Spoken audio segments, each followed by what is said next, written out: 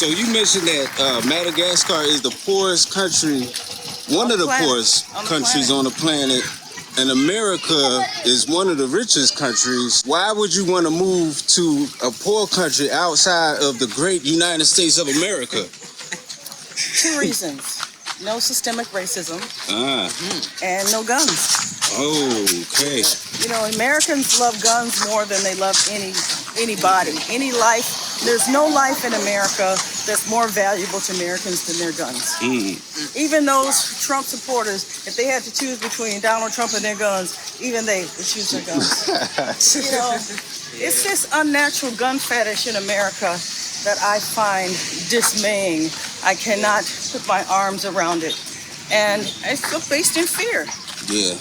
I think a lot of whites are fearful that karma is going to strike back for the poor treatment their ancestors gave to our ancestors, but I think there's a lot of things involved in it.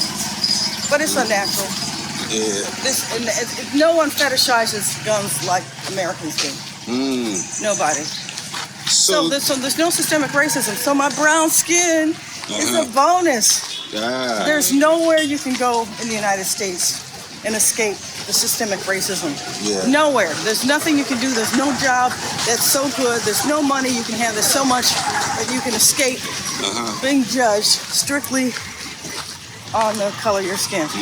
That doesn't happen here. There's going to be racism, of course, but it's the systems that I'm talking about.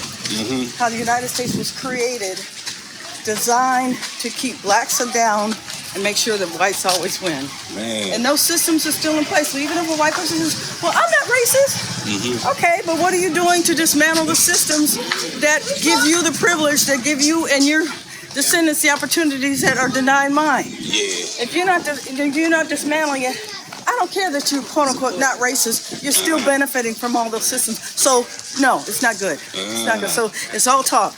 Yeah. So for me to come here, and for the first time in my life, I know what it feels like to just live.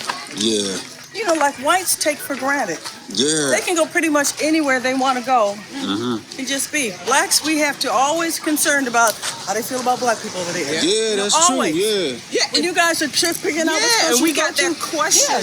If you don't mind, we got that question based on what you just said. You made me think about something. Somebody said, why are you always asking that question? Because you have to know. Do you know how many people have gone to different countries and disappeared? They are not, see, that's what I'm saying. A lot of Americans are not aware of what's going on around the world. You think everything is hunky-dory. But there are some places that you go.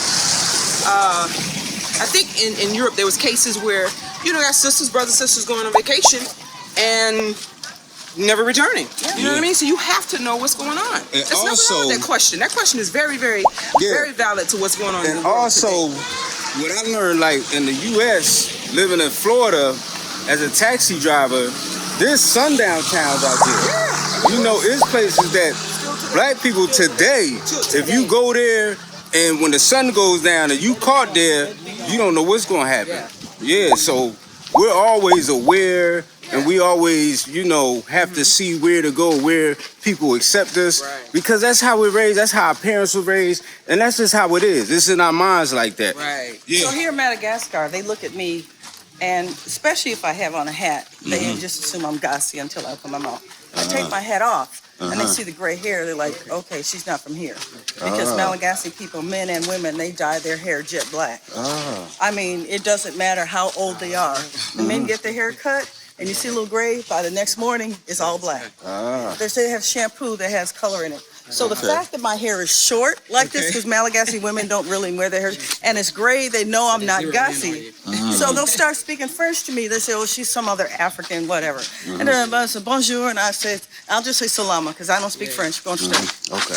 And so I come here, and whether they think I'm Gassi or not, the fact that I'm brown, it's like welcome. Welcome, baby, you know, and it's such a good feeling. You can never get that in the United States. Little bits and pockets, but as soon as you step out of that pocket, bam.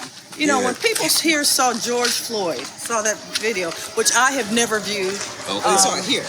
People here. Oh. So many of my Ghazi friends came up to me after and said, Mama Lisa, we understand now why you left the United States. Wow. We get it now. Wow. Man. And I'm like, George Floyd isn't new.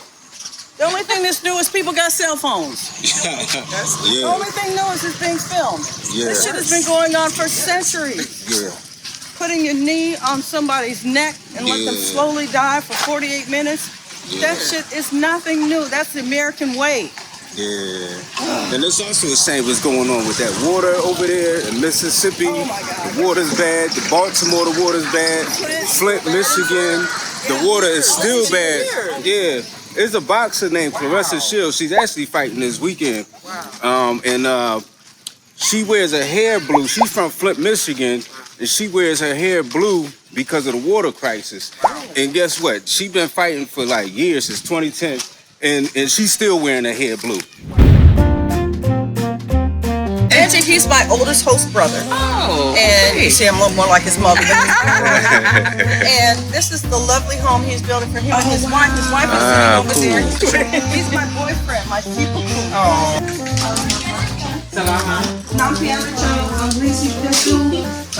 Is joining the Peace Corps at like an older age, are there any benefits to that? Is it good, or is it how would you recommend somebody doing that as a senior or seasoned person joining the Peace Corps? Okay, the Peace Corps.